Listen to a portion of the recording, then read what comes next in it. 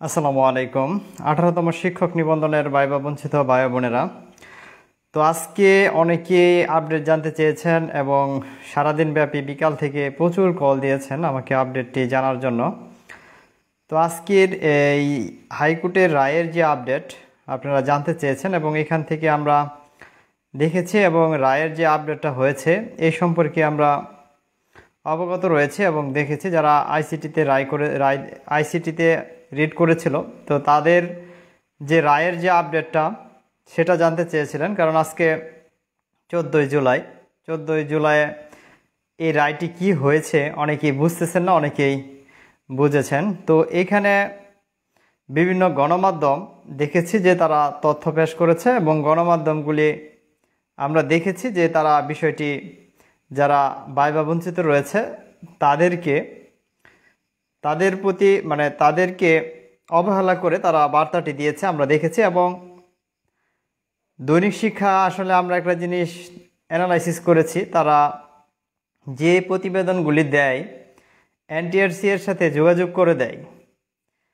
কারণ দৈনিক শিক্ষার সাংবাদিক প্রতিদিন এনটিআরসি এর ভিতরে থাকে, আমরা বিষয়টি অবগত এবং লক্ষ্য করেছি।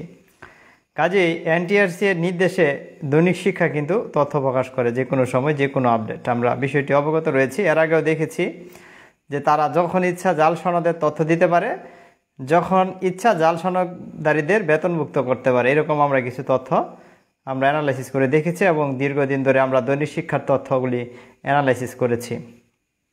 এদিক থেকে কোর্টের যে রায়টা হয়েছে আদালত থেকে আমরা দেখেছি যে রায়ে যে বিষয়টি বলা হয়েছে সেটি হচ্ছে যে এখানে যে ষষ্ঠ গণবিজ্ঞপ্তি সেটি চলমান থাকবে, সেটা বন্ধের কোনো সুযোগ নেই, এটা বলে দেওয়া হয়েছে। এবং এদিক থেকে রিটকারীদেরকেও বলা হয়েছে যে তাদেরটা আপাতত স্থগিত রাখা হয়েছে, তবে এটা একবারে বাতিল হয় নাই, খারিজ হয় নাই, তো এটা স্থগিত হয়েছে। অর্থাৎ এখানে কিন্তু তাদের সুযোগ আছে। আমরা বলতে পারতেছি যে বিষয়টা যে 18তম যারা ভাইবা উত্তীর্ণ হয়েছে তারা ষষ্ঠ গণবিজ্ঞপ্তিতে সুপারিশপ্রাপ্ত হয়ে যাক, তাদের কোনো সমস্যা হবে না, এটা আদালত থেকে বলা হয়েছে। আর এদিক থেকে বলা হয়েছে আমাদের যে ব্যাপারটা ভাইবা বঞ্চিতর, এই বিষয়টা হচ্ছে যে আমাদের এটা স্থগিত করা হয়েছে কিন্তু একবারে বাতিল করা হয় নাই, এটা আমাদের চলমান থাকবে সামনে।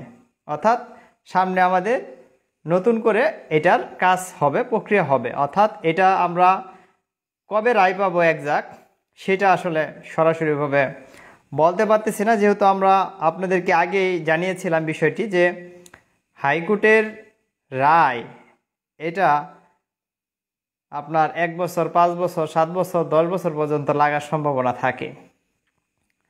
সেক্ষেত্রে এখানে ধৈর্যের পরিচয় দিতে হবে, সময় সাপেক্ষ বিষয়টি।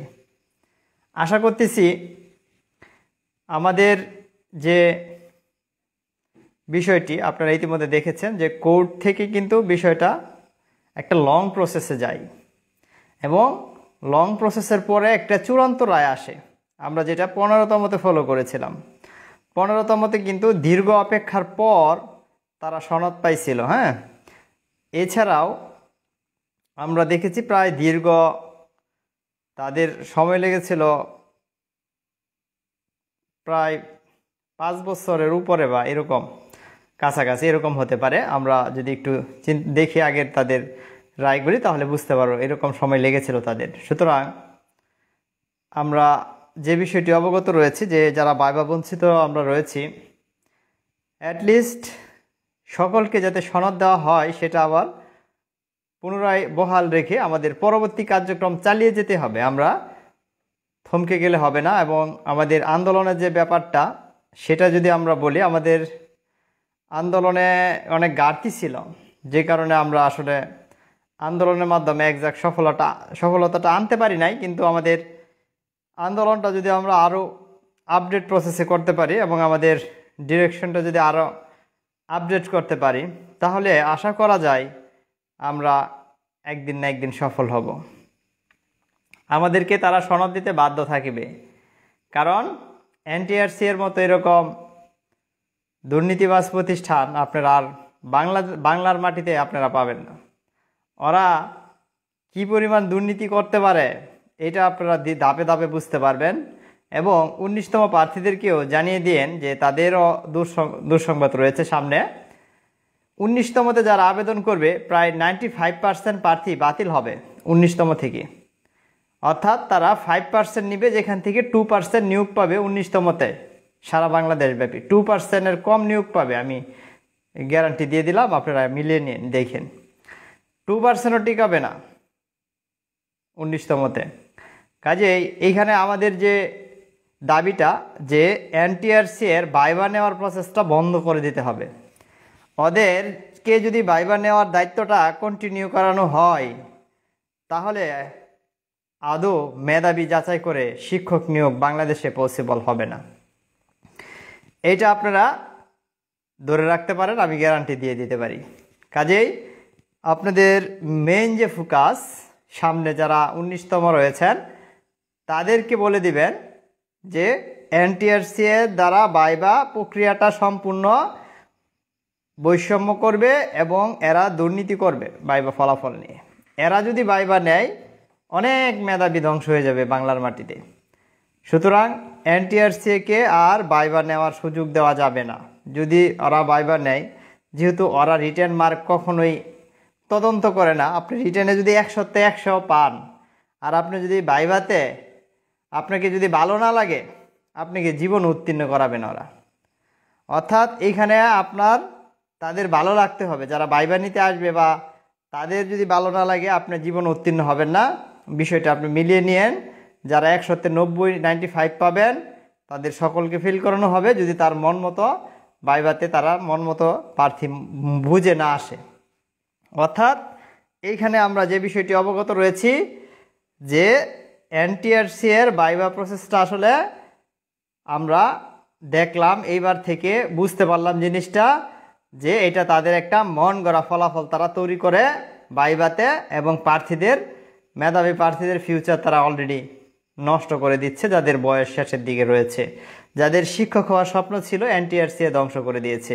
কাজেই আপনাদেরকে এই বিষয়গুলি অবগত থেকে সামনে যে কাজগুলি করতে হবে যে যেভাবেই হোক আমরা আশা করতেছি এনটিআরসি এর এই যে ভাইবা প্রক্রিয়াটা এরকম দুর্নীতিময় ভাইবা প্রক্রিয়া বন্ধ করতে হবে, এরকম বৈষম্যময় ভাইবা প্রক্রিয়া বন্ধ করতে হবে।